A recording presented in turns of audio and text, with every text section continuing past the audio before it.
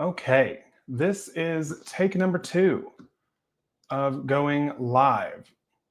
If anyone sees this and happens to pop in, let me know if everything's working, because that would be awesome if you could do that.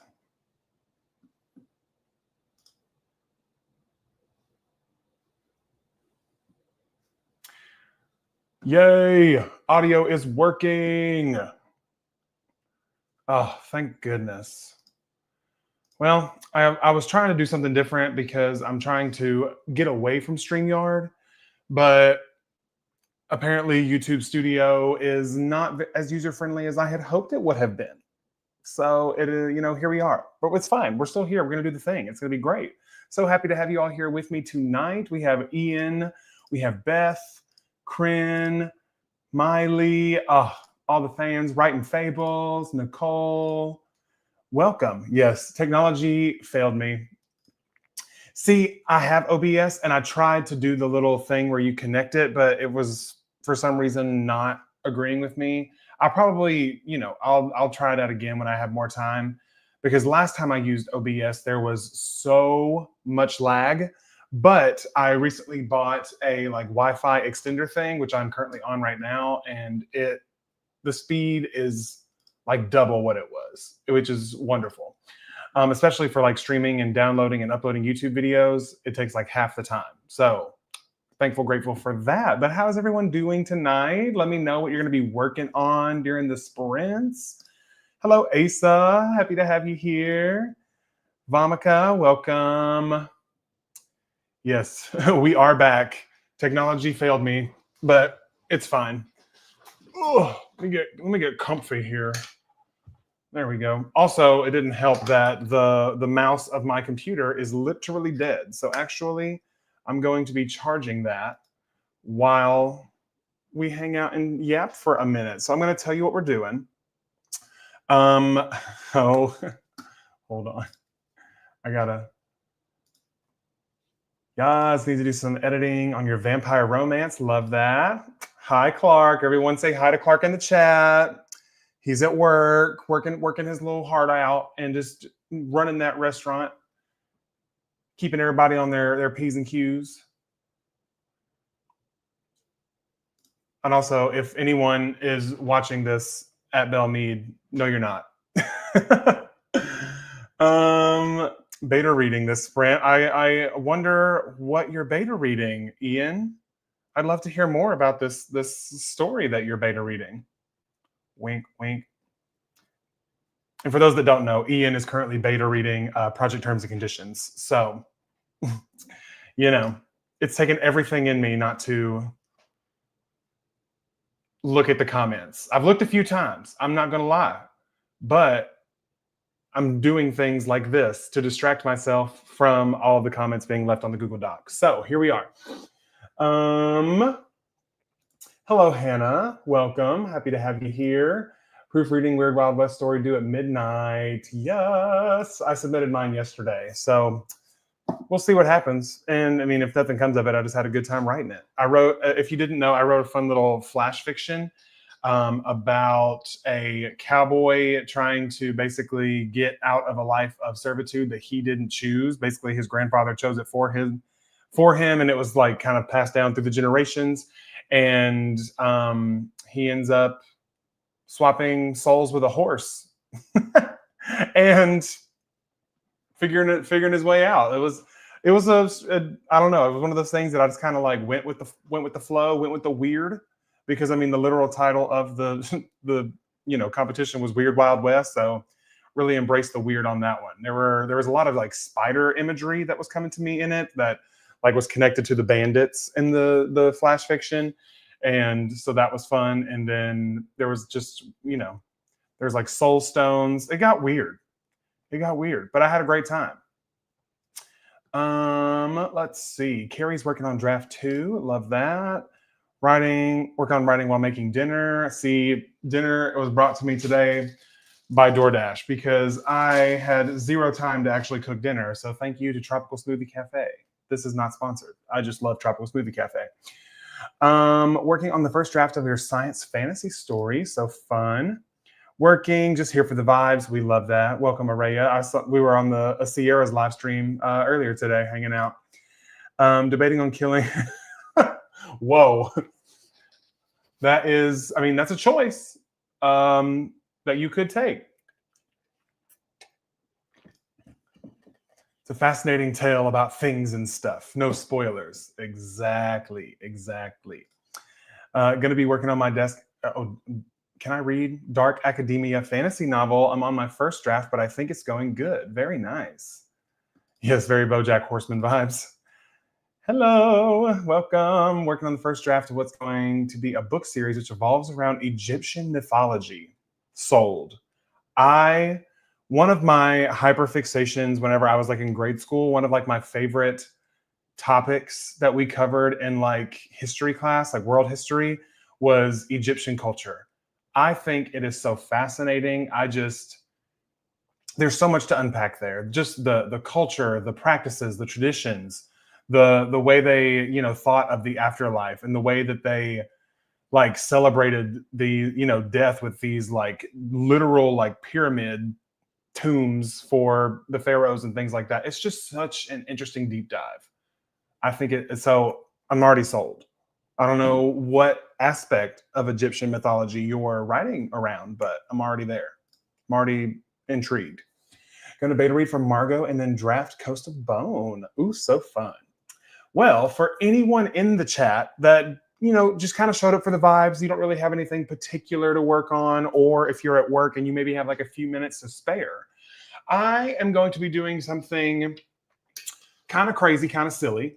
And I'm going to be letting the dice decide what I write tonight. And if you want to know what dice I'm referring to, my friend Robbie got me these writing dice.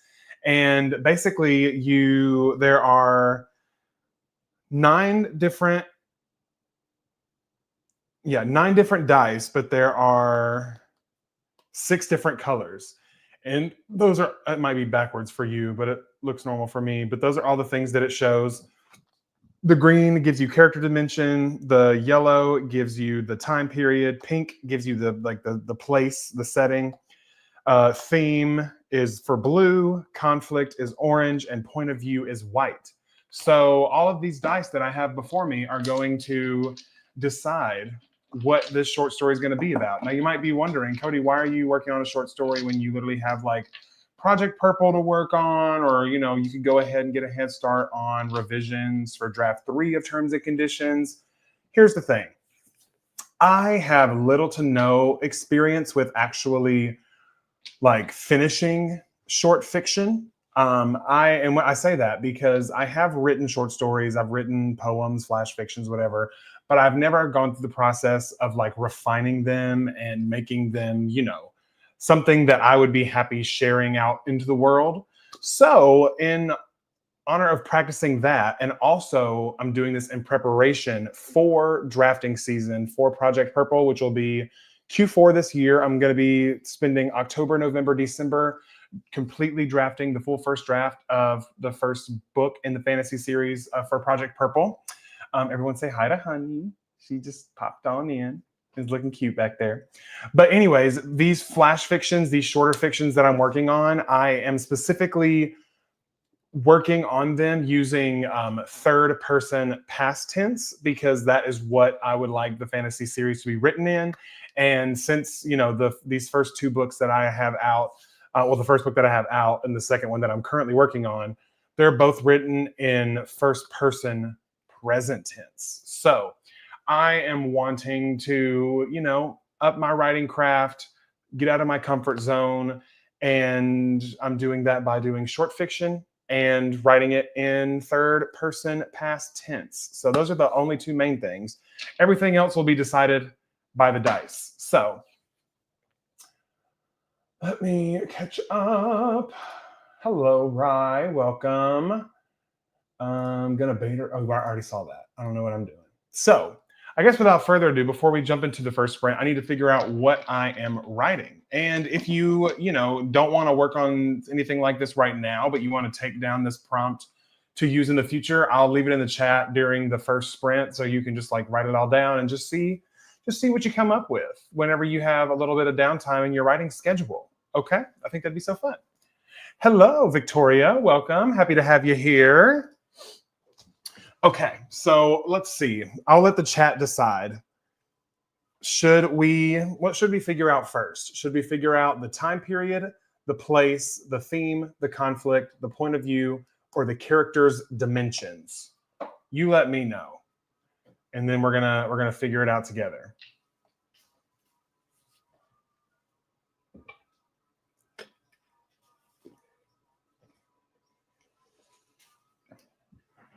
Ooh, okay. First one I see is time period. Oh, 2 time periods. Okay, so we're gonna do the time period, which is my yellow dice. So our options for time period are present day, ancient history, medieval history, pre-modern, future, or alternative history. So that'll be fun. Here we go. Ooh, okay. Our story will be set in the future. Let's see. Character dimensions, basically, it just means like things about your character, about your main character. So for example, like we have like martyr complex, they can be impatient, they can be stubborn, greedy, insecure, arrogant. They can be a senior, like they can be older, they can be a woman, a man, a child, a non-human, non-binary, middle class, minority, uneducated, middle class, privileged, shapeshifter. That's fun. Okay. Okay, so I am going. Okay, yeah, you're right. Sierra's right. You got to see me do it. So I'm going to put all 4 of them in the little cup thing, and I'm going to.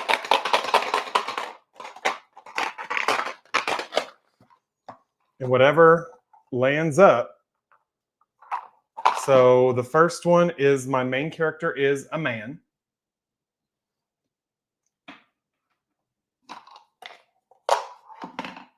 Oh, I didn't do it in front of the camera. They're optimistic. Okay. Don't know what they're optimistic about, but that's exciting. They are middle class. Wow. So basically, is this just like describing me? Man, optimistic, middle class. And last but not least, but they're insecure. Okay. I wonder what they're insecure about. I guess we'll just have to wait and see what we find out. Okay. So the next dice that will come out. Also, this is so loud. Please, I'm so sorry. I can't gauge how loud this is when I shake the thing. The next thing we're going to find out is the orange one, which is conflict. Our conflict, is versus nature. So they're doing something where they are working against nature, or nature is working against them. Okay. The next thing we're going to find out is theme, right? Which is blue. And our theme is, justice. Okay. And the next thing we find out is the place. And it is rural setting. Okay. And last but not least, which is my point of view, we are looking at the point of view of, so the person we're following is the antagonist. Okay. So it's a story set in the future, and we're following our antagonist. Hold on, I got to put these closer to me so I can organize my thoughts.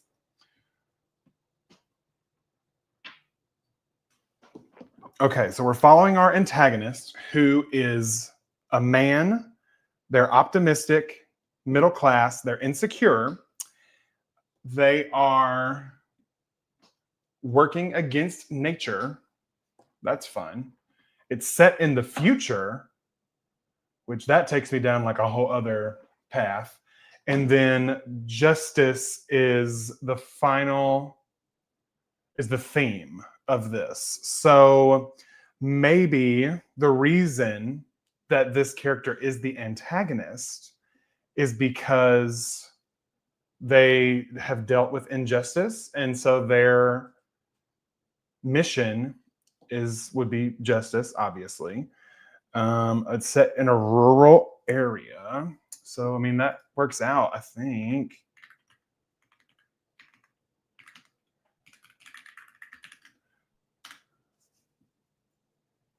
Because I mean it's rural, so I'm thinking we're already like on the countryside, and so we're going versus nature, so those two things go well together. Love that. But it's set in the future, huh? That's where things are going to be interesting. Okay. Ooh, some sort of rural superhero versus villain. Love that. Yes, def a villain. Exactly. That's why I thought it would be so much fun to do with all of you guys, because I was like, I was gonna be working on short stories and stuff anyways. So I was like, why not go ahead and get online with my friends and write with them, see what they're up to. Sorry, but that sounds like every white man I have ever met. It really does. It really does. A tornado hunting villain. Ooh, that'd be fun. Rural. You're right. You are so right, Ian. Technically, 5 minutes from now is the future. So, yes, these are the writing dice, Indecisive Writer. I think my friend just picked them up from like a bookstore. But the name of it is they have an Instagram. It is Two Tumbleweeds. At Two Tumbleweeds, like TWO. Hold on, I'll put that in the chat just in case you're curious. At two, yeah, just Two Tumbleweeds. Okay.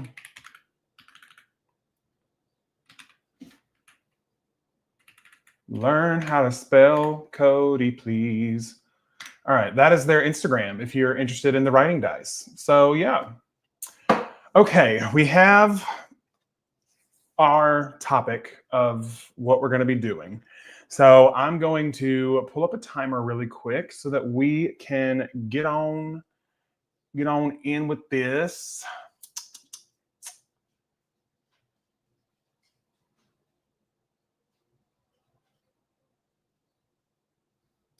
Creepy utopian and accidental antagonist. Or, because I mean, there's so many ways to do it. One of my favorite things, especially in like a sci-fi or I guess like a fantasy, is whenever. But I guess I feel like for me, this mostly happens in sci-fi. But what I'm thinking is like, whenever someone joins a company that is, they're leading the way to making the world a better place because they're finding clean energy and blah, blah, blah, blah, all these things. But, deep down at the core, there are all these things that no one knows about. And they're actually like a horrible company that is actually doing more harm than they are good. And then, but say someone comes in trying to take the company down, you as the person who doesn't know all these horrible things they've done are fighting to protect what you think is a good cause. But really, the people that are fighting against you are the real heroes that are trying to stop what's really happening under the surface. That's kind of the vibe that I'm getting from just this those are my initial thoughts. That's kind of the vibe that I'm getting. So, we're going to see what happens. But literally, I'm going to tell you every single thing that happens once I figure it out. So, we're going to do it. We're going to do the thing. Umbrella Corporation. Yep. Okay, so once again, I promise I can hocus pocus, everybody flocus. Wait, I already have flocus pulled up, don't I? I'm so silly. I'm just so silly. Flocus, share, but I want to make it wider. That's better.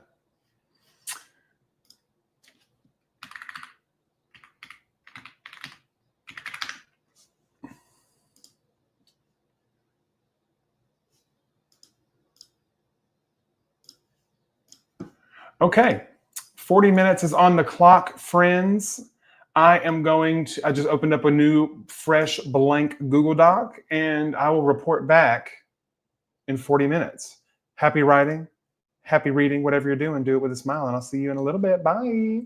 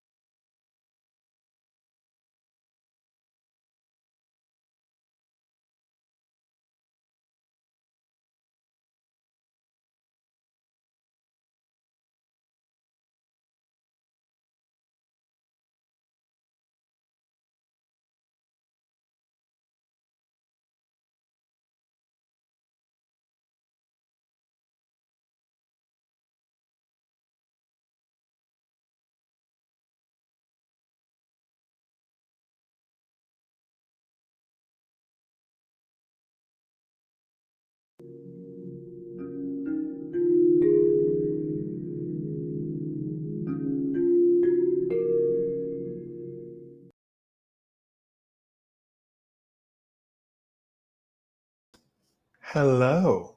How did that go for all of you? Excuse me. I think I'm cooking up something over here. I think I'm cooking up something over here. I'm pretty excited about it.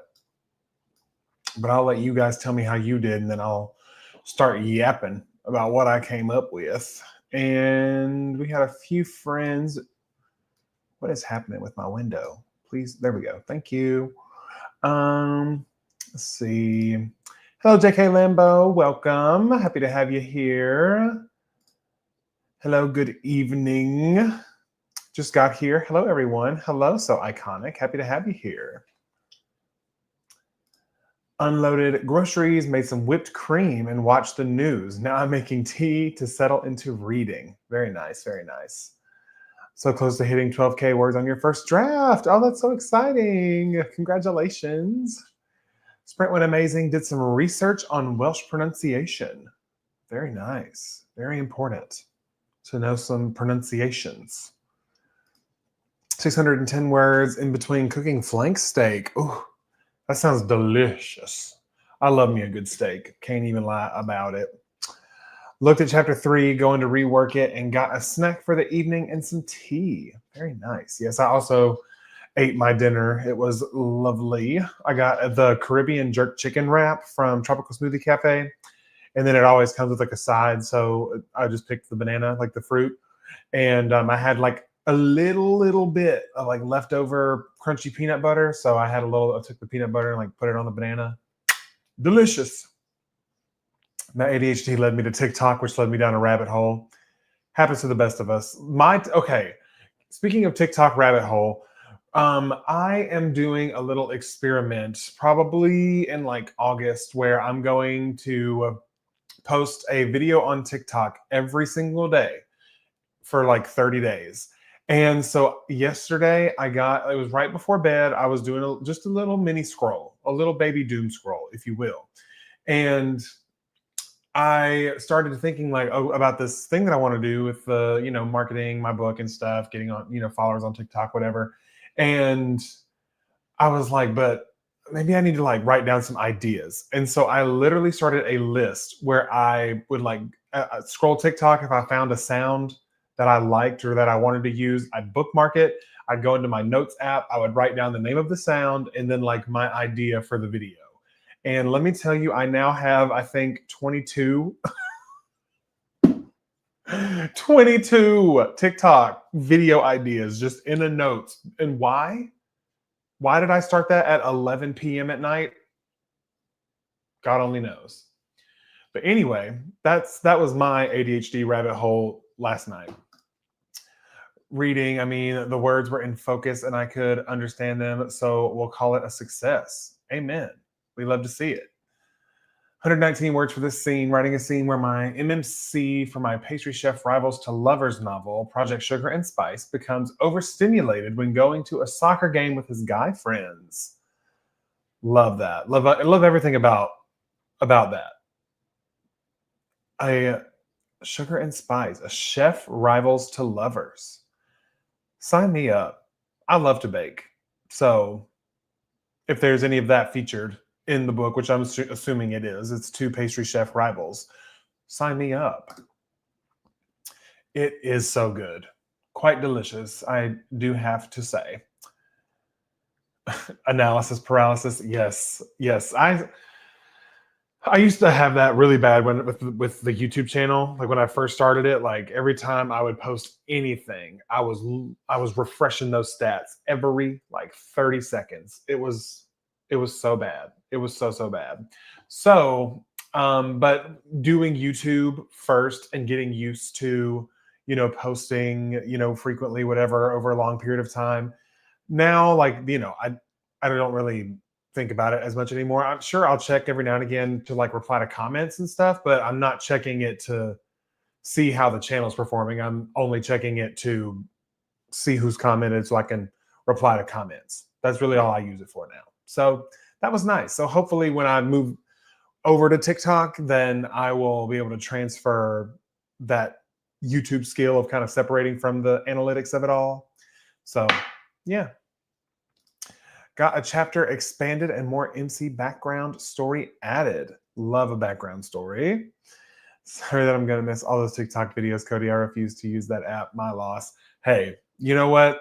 Is it really your loss or is it my loss that I'm just going to be spending a lot of time making TikTok videos? You know, who's really losing here?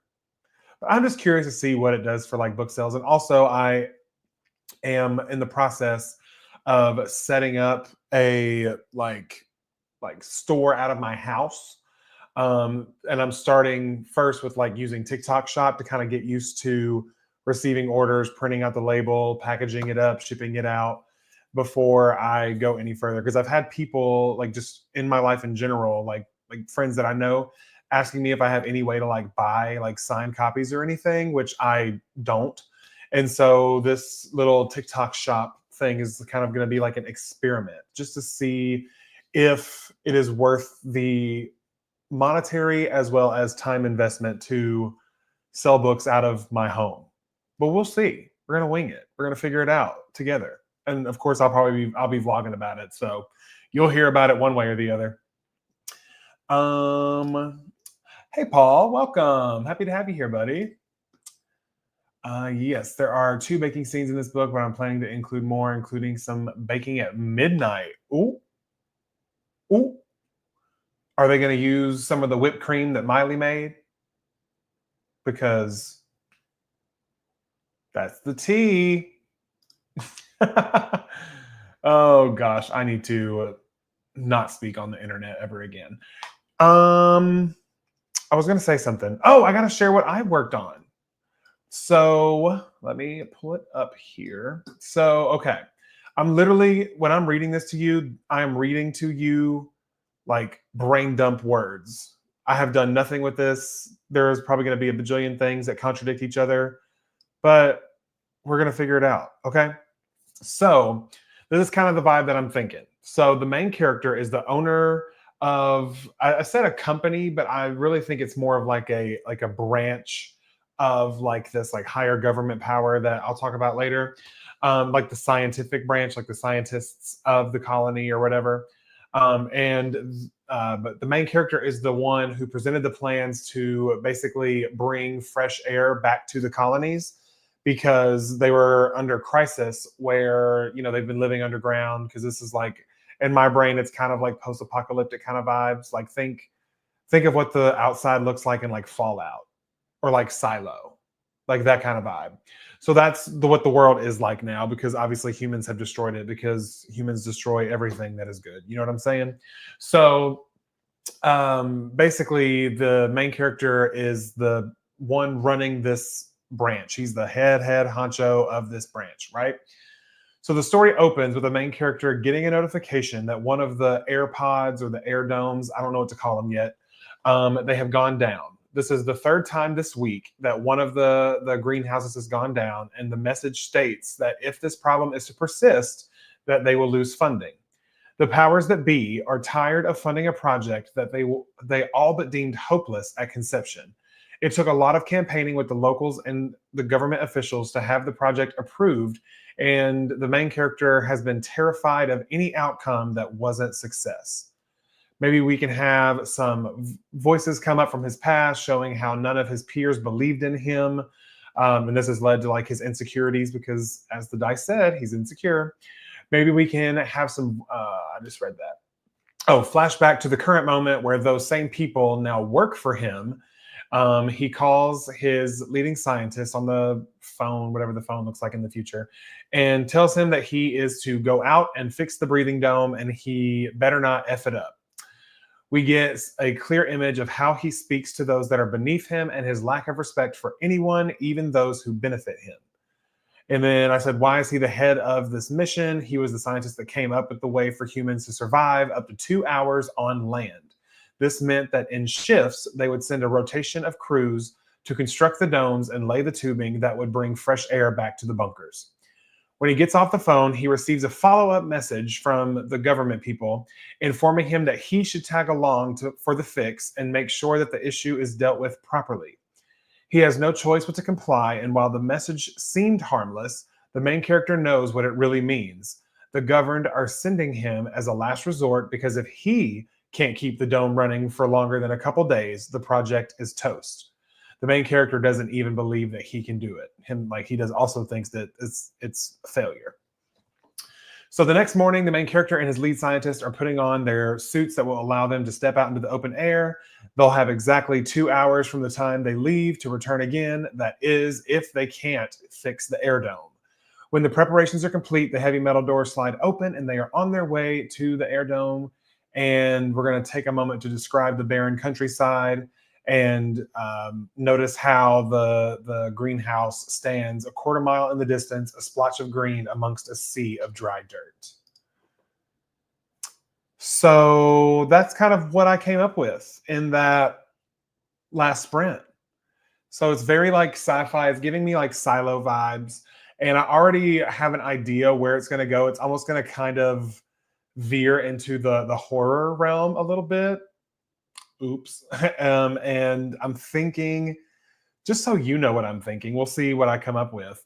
In my mind, I'm imagining that like whenever this cataclysmic event happened that made Earth inhabitable, that there were some humans who survived, though not necessarily, not their conscious maybe, but like their physical form survived and like almost fused with nature during the event. And since then they have, you know, reproduced, and now they're their own species of like this plant species that are basically, in my head, they're almost like zombies taken over by a parasite, but the parasite is Mother Nature, and Mother Nature is basically using them as pawns to repair the world that the humans have damaged. And so with that, when they go to, they're working on the greenhouse, and they start hearing like, you know, something like running around or like a ruffle of leaves, and they're like, that's strange, there's no moving air in here right now, why would leaves be rustling? And so you know, they're end up getting into, you know, a brawl with one of these things. And basically there's going to come a moment where the tree person is going to stop and have him make the choice. The lead guy has to make the choice to do it, and basically is going to explain how Mother Nature wants revenge, justice on humans, and does not want you to be able to survive this event. And so with that, they're the ones that have been sabotaging the greenhouse so that they eventually run out of air and the humans are eradicated, right? And so in my head, over the grand overarching vibe of it is that the human race is like the antagonist in this situation, because the dice said antagonist. And so that's kind of, while the main character, he's kind of a butthole, an a-hole. He's this antagonist-like character. The human race is the real antagonist, and Mother Nature is getting justice. So that's where my brain went with this story. So let me know what you think. Let's see.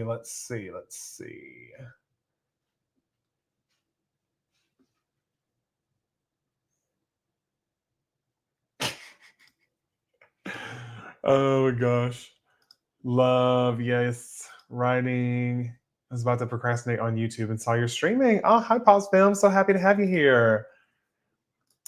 Can totally see how the MC feels like they are in the right, though. Yes. Awesome. Thank you. Oh, y'all are so sweet. Loving the concept. Who pissed off Gaia? Exactly. Oh, y'all are so kind. Y'all are so nice.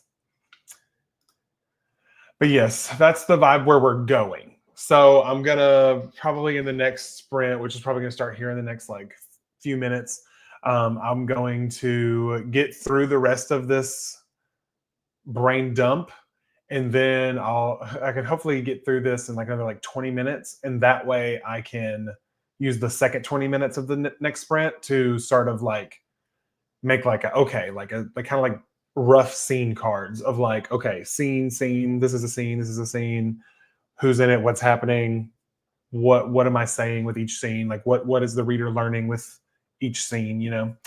Start kind of breaking it down and organizing it, clumping it together that kind of way. But yeah, I'm having so much fun. This is a great time, and it's just so fun to because obviously the long term projects you kind of almost like box yourself into like one story for so long, and when you spend so much time there, it I don't know, it can kind of start to feel like you're like trudging through mud. And so sometimes it's nice to like get out of that genre and out of that character, out of that, style of story, and then to just come up with something totally different. Totally different. I've in this week alone, well, I guess this week in the last 7 days, we'll say, I've written a weird Western story about a cowboy and a horse switching souls. And I am now brainstorming about this CEO scientist of a company in a future apocalyptic Earth who is going to basically get ate up by some tree people. Huh? Crazy. For my novels and stuff, I use Scrivener just for the organization of it all. But like for this right now, I'm just using Google Docs. I'm just usually for like my shorter stuff, that's what I use. I don't need all the like the functionality of Scrivener with a shorter story or work. So yeah, that's what I use. Do you listen to music while you write? Sometimes, yes. A lot of the times, the music that I pick will be instead of actual like music, it'll be like a soundscape. So, like for example, like my opening scene for Project Purple, I plan to listen to a lot of like docks and harbors and places where like a lot of boats are. Because the first image that we see in that book is the main character looking at the ship at the harbor, and knowing that that ship is his like only ticket out of here. So I like to do soundscapes and stuff like that. If I listen to music, it can't have lyrics, just because I can't differ. Like if there's lyrics, I'll sometimes like start listening to the lyrics, and I'll start literally typing them because that's just what I'm thinking about. So yeah. But I love me a music orchestration. How to Train Your Dragon orchestration. Love those. Any Jurassic Park, Jurassic World orchestration. Love. There's so many good ones. Star Wars. Just depends on the vibe. Yeah, same. 100%. Because I like the having that extra like sensory tool to kind of like sink myself further into the scene because I feel like I can get a deeper grasp of what's happening and what the characters are feeling in that moment when I can like cut out all the sounds around me and just kind of sink into that scene and like really be there.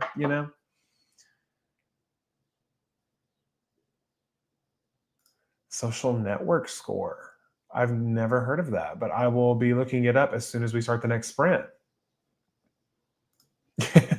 Yes, I can't do it. I am so easily distracted that I cannot have lyrics because then I'll like, start singing or something.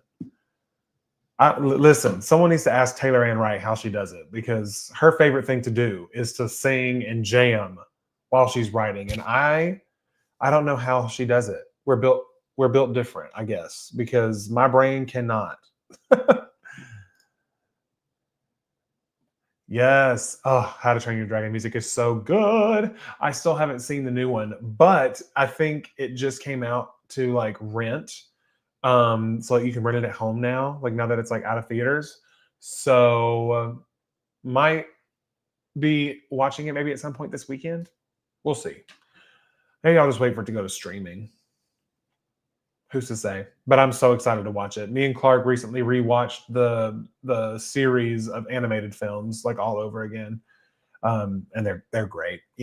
Fun, happy, cozy dragon story. What's not to love? Sing and jam. Same.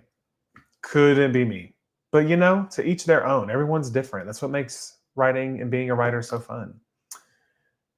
Music without lyrics is something I've seen 100 million times to be able to listen to it. That good neurodivergent brain.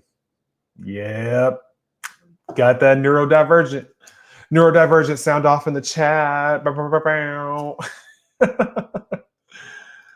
Oh my gosh. Okay, I've yapped long enough. It is time for us to get into our second sprint, everyone.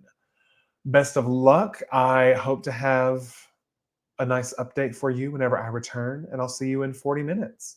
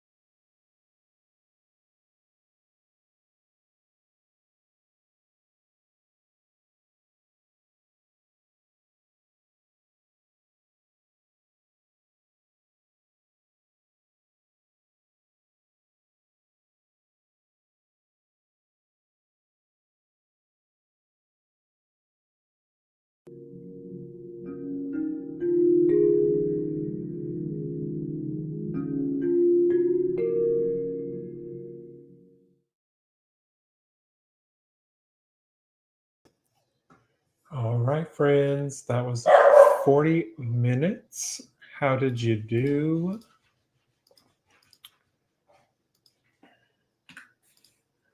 I got to the end of my brain dump ish. I think I literally have like a couple more sentences, maybe, but I have the general gist of the story. So I'm excited. How did it go for you guys? Miley read 4 chapters. Love to see it. Very nice. Very nice.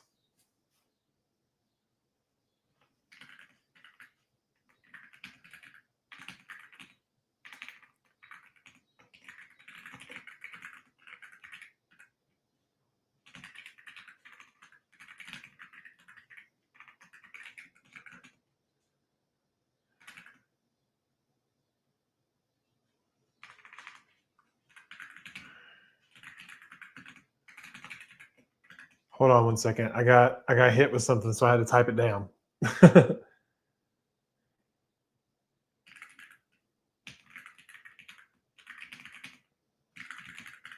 Okay, there we go.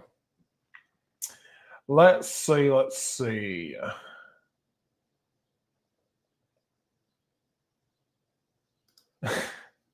Got nothing done. Drank my tea, had some mini gummy worms, and then spent the rest of the stream looking for a new keyboard that I don't need. That is so real. So real. I was literally the other day looking at a new keyboard. I was like, should I get a new keyboard to draft Project Purple on? Because I could be like the one that I use for that series. And I was like, that is so extra. Please stop. But I did switch up my keycap set. And so now I have a nice little purple with a mountain vibe on the keys. So we went with the Project Purple keycap set instead because I already had the keycap set. So say it's like a new keyboard, pretty much. Finished dinner, trying to eat quick as little one waking up hungry.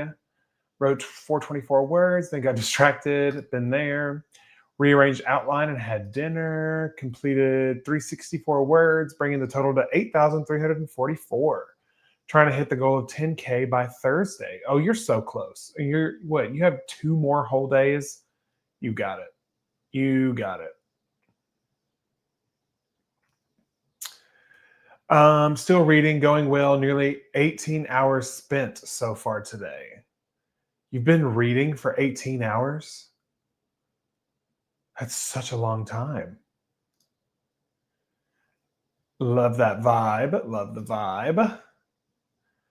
What I've been thinking, it's like, I can use this for Project Portal Hopper and it can just be, see, same wavelength. I'm with you there. I completed an entire outline earlier today. I think my brain is fried. I understand because my brain is feeling a little fried right now that I just wrote this kind of outline for this short story. But let me share a little bit with you. So where did we leave off?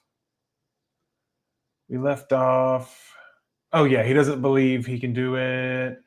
On the way to the dome. Blah blah blah blah blah. Oh, okay. So this is what I wrote while we were in that last sprint. So we left off with the 2 guys putting on their suits to head to the air dome. Okay. The air dome stands a quarter mile in the distance, a splotch of green amongst a sea of dry dirt. When the 2 men get there, the seal of the door has been pried open by a thick root that seems to be growing from inside the dome. The main character places his arm up to the door scanner, and the door opens the rest of the way. Once inside, the main character takes a laser and cuts the root, allowing the door to latch behind them. He hands the root to his partner, who places it in a large bag and into his backpack for testing later. When the door is sealed, the system resets. There we go. I put reboots, but it resets. System resets, and the monitor on the main character's phone tells him that the system is back online. We see a moment of relief here. The main character has pulled it off. Now he only needs to reboot the system located on a panel in the back of the dome and uproot the plant connected to the rogue root. The two of them make their way to the plant and marvel at it. It's like some sort of glowing pod, not of this earth. The main character begins poking and prodding at the plant. He wants to know more. He needs to know more. He cuts off a large piece of the pod, and suddenly the leaves overhead begin rustling. The scientist companion asks how that's possible. There's no moving air in here yet. They haven't rebooted the system. And the main character thinks that maybe the system booted up all on its own. But as he is checking the status, his partner notices that the pod is shifting. They step away from the pod as the movements become more distinct. The place where the main character cut begins to rip, creating a long seam, and eventually the pod bursts open. They stare at the being before them, half plant, half human, as it stands. The creature is silent for a moment. It turns its head to look at the main character. You.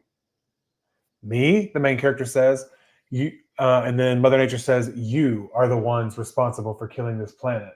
You must be confused. I wasn't alive when the humans destroyed the Earth. I'm a part of the team that's trying to help save it. That was the main character saying that. He's trying to help save it. And then Mother Nature's like, why? So you can come back and have your way with me for another millennia? And then the main character says, who are you? And then the creature says, I'm the one who created the very land you stand on. Though the vessel you see before you is a mere messenger. And then they ask what the message is. Mother Nature shares how she stood by for years, waiting idly as humans took everything from her. She gave chance after chance and finally saw that the only way to fix the problem was to kill the pest. Humans were never meant to survive the plague she inflicted on this land. But their stubborn race just didn't know how to die.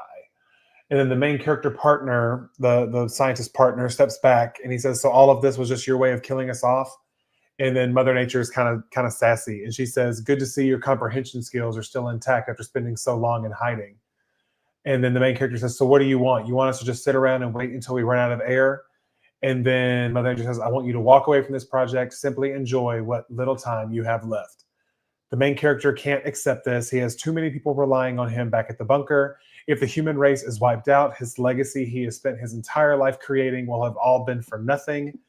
And then he says something out loud, it can't have all been for nothing. The main character makes a mad dash for the reboot panel, but he doesn't get far. Snake-like vines wrap around his ankles, bringing him to the ground before he is wrapped in a cocoon of vines and leaves. The story ends with Mother Nature standing over him saying something profound as green covers the main character's face, leaving him in darkness. So that's the tea on this short story that we have so far. I don't know. I mean, a lot of this is very much open to change, but I love the idea of Mother Nature just coming back and being like, you did this to me for so long. Have a little taste of your own medicine. Like, she's so over it. She is not having it. She's not hearing what these people have to say. She don't care. She's like, you've overstayed your welcome. It's time for you to go. So that's the story that we kind of came up with. What should we name it? We got to name it something.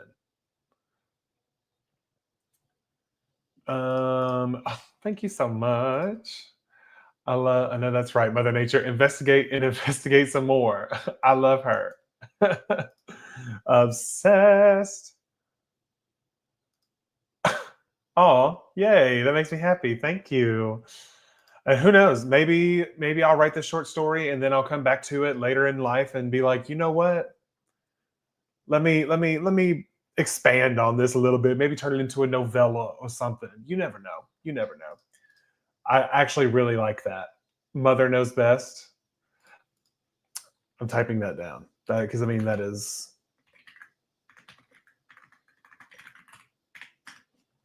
I might steal that. I love that. Mother knows best. Maybe like in parentheses. No, I'm not. No parentheses. No parentheses. I don't know. I have reached the point where I have run out of words to speak and write. So, with that said, and she does. I know that's right. Yes, Miley wins the internet today. Congratulations, Miley. I know you were not expecting this prestigious award, this prestigious honor on this day, but I'm so happy to bestow it upon you for being the winner of the internet today. Thank you all so much for coming to hang out with me to do this fun little experiment, do something that I've never really done before. I'm really excited to see where this story goes. And once I have something that is shareable, I will let you know because I'll probably like post it on my Substack or something. If you didn't know, I do have a Substack where I do plan to post all of these fun little short fictions and things that I'm writing.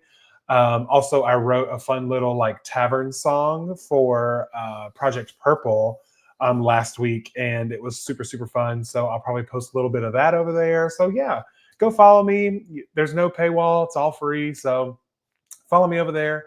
And if you're interested in reading this story once I have it all done and polished up for you. As always, thank you so much for hanging out. Thank you for being awesome. I love you all so much, and I'll see you somewhere on the